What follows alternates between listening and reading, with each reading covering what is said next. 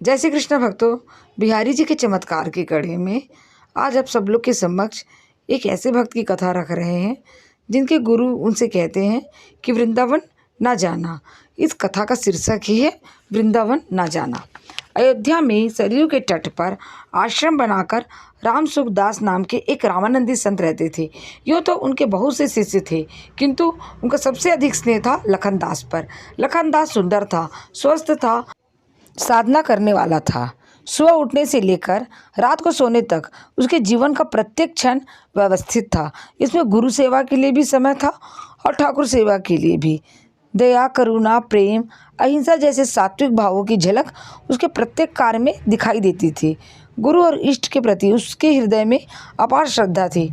कुछ समय बीतने पर एक बार अयोध्या के कुछ महात्माओं ने चारों धाम की यात्रा का कार्यक्रम बनाया।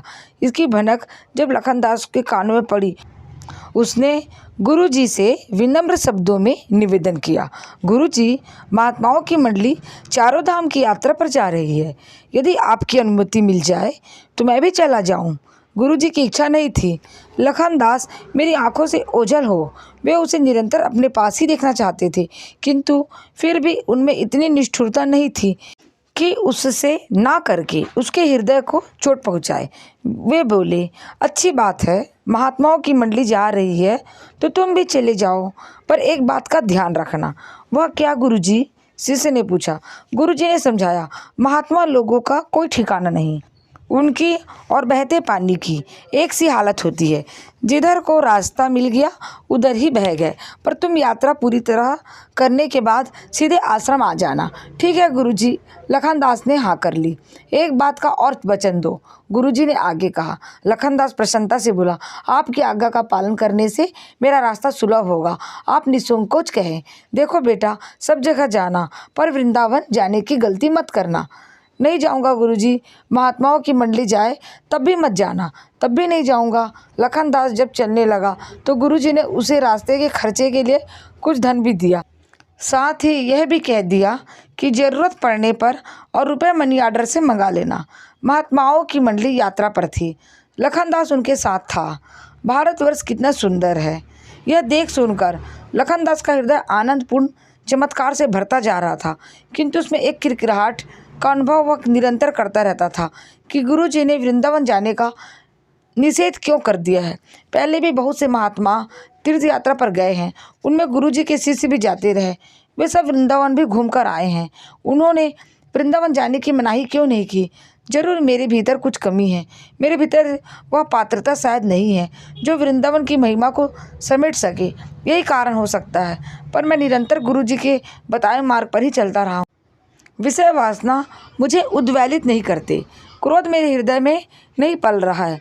भजन करने बैठता हूँ तो भगवान राम परिकर सहित मेरे हृदय सिंहासन पर सहज आकर विराज जाते हैं। फिर वह कौन सी कमी है जिसे देखकर गुरुजी ने मुझे वृंदावन जाने को मना किया? बद्री नारायण की यात्रा से लौटते समय जब हरिद्वार में मैं महात्माओं की मंडली विश्राम कर रही थी, तभी योजना बनने लगी कि ब्रज वृंदावन के दर्शन के बिना आगे बढ़ना उचित ना होगा। पहले वृंदावन जाएंगे, यमुना स्नान करेंगे, परिक्रमा देंगे, श्री बिहारी जी महाराज के दर्शन करेंगे, रासलीला देखेंगे, फिर आगे की यात्रा पूरी करेंगे। वृंदावन का नाम आते ही लखनदास का दिल जोर जोर से धड़कने लगा। उसने अपने एक साथी महात्मा से कहा, मैं वृंदावन नहीं जाऊंगा। पता नहीं क्यों गुरुजी ने मुझसे वचन ले लिया है। साथी महात्मा ने कहा, गुरुजी को डर होगा कि वहाँ के भंडारे में लड्डू पुड़ी, मोहन भोग और खीर का स्वाद तुम्हें मोह न ले। वृंदावन राधा रानी का निज धाम है, वहाँ लोग भजन के लिए जाते हैं और भोजन में फंस जाते हैं, पर मुझे खाने पीने में कोई रुचि नहीं। लखनदास ने सहज भाव से कहा, तो फिर डरने की कोई बात नहीं, चलो गुरुजी कुछ नहीं कहेंगे। साथी महात्मा ने उसे समझाया तो वह मान गया। मंडली वृंदावन आई। कैमार वन के पास उसने ठहरने की व्यवस्था की थी। यहाँ होलियों का समय था। लखनदास ने देखा कि बसंत तो दुनिया में सब जगह ही आता है, किंतु यहाँ के उन्माद में कुछ ऐसी सुगंध है जो अन्यत्र उपलब्ध नहीं होती। वृंदावन का प्रत्येक वृक्ष, यहाँ की प्रत्येक लता, यहाँ की कुंज निकुंज, यहाँ की कटीली झाड़ियाँ उसके हृदय को अपनी ओर खींचने लगी। वह जिधर देखता उधर ही सुध-बुध खोया सा देखता रह जाता। जहाँ जाता वहीं रम जाने का उसका मन मचल उठता। रासलीला के मनोरम चित्र उसके हृदय में सजने लगे थे। यमुना रसधारा बनकर उसके प्राणों को सींचने लगी थी। पर जब उसने बांके बिहारी के दर्शन किए तो वह अपनी सुध-बुध ही खो बैठा। नीलमणिमय आभा से अभिमंडित कमनी कलेवर पर लाल केसर का रंग से तर-बतर धवल वस्त्र, माथे पर विरल आभूषणों के बीच लाल गुलाल की टिकुली और कपोलों तथा चिबुक पर भी गुलाल का श्रृंगार, और फेंट में भी लाल गुलाल, भीतर अनुराग का रंग और बाहर रंग गुलाल का ललिमा, और सबसे ऊपर दो नुकीले चमकीले नयन, विशाल और मद भरे। इस अद्भुत शोभा को देखकर लखनदास की आंखें पलक झपकना भूल गई। हृदय आनंद सिंधु में गोते लगाने लगा। तभी टेसू के पुष्पों का कुनकुना लाल रंग उसके ऊपर झरने लगा, और साथ में लाल पीले हरे नीले गुलाबी गुलाल की वर्षा रंग बिरंगे इंद्रधनुष बादलों में जैसे प्रेम रस बरसा रही हो। और पास खड़े दर्शनार्थी जहाँ रंग गुलाल की मार से बचकर इधर उधर छिटक रहे थे, वहीं लखनदास मौन मुग्ध स्थिर खड़ा रहा। रंग गुलाल की वर्षा थमती तो वह आंखें खोलकर बांके बिहारी के रूप माधुरी को देखने लगता, और जब झड़ी लगती तब पलक गिरा लेता। इस प्रकार लखनदास खड़ा रहा। दर्शनार्थी आते रहे जाते रहे। उसकी मंडली में सब महात्मा कैमार वन के अपने आवास में जा चुके थे। भोग के बाद शयन आरती भी हो गई। अब दर्शन बंद हो गए। धीरे धीरे मंदिर खाली होने लगा, और अब जब 2-4 आदमी ही वहाँ रह गए थे तो एक व्यक्ति लखनदास के पास आया। लखनदास अभी भी आंखें बंद किए खड़ा था। आगंतुक ने लखनदास की बाह पकड़कर कहा, चलो अब मंदिर बंद होने वाला है, सुबह फिर दर्शन खुलेंगे। लखनदास में सोचने समझने की शक्ति नहीं रह गई थी। वह चुपचाप उसके साथ हो लिया।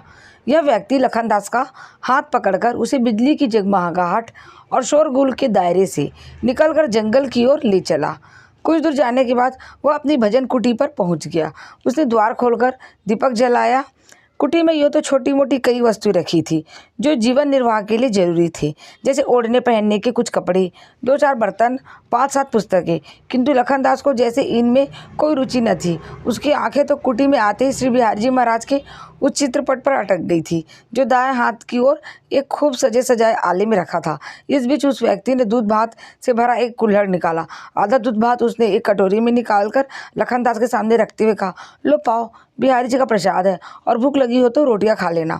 रोटियां भी रखी है, यह तो खीर सी है। लखनदास ने दूध भात में एक उंगली गाड़ते हुए कहा। व्यक्ति बोला, खीर नहीं पगले, दूध भात है, श्री बिहारी जी महाराज का मुख्य प्रसाद। यह तो मैं नहीं खाऊंगा। लखनदास ने कटोरी अलग रखते हुए कहा, क्यों? गुरुजी ने मना किया है। गुरुजी ने प्रसाद के लिए मना किया है?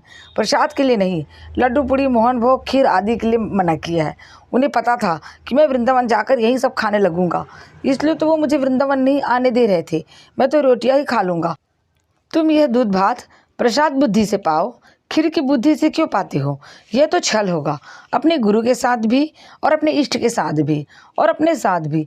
जब तक मुझे प्रसाद में खट्टा मीठा स्वाद आ रहा है तब तक प्रसाद बुद्धि कैसी? यह तो स्वाद बुद्धि ही है। यह छलावा मुझसे ना हो सकेगा।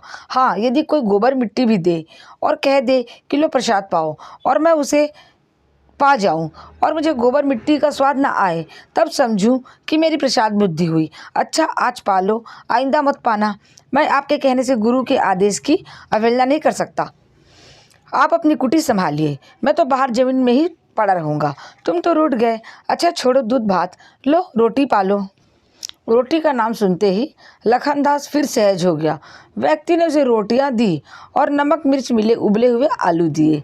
लखनदास ने आलू की चटनी से रोटियां खाई, जल पिया, और उसी आसन पर बिहारी जी रटता हुआ पड़ गया।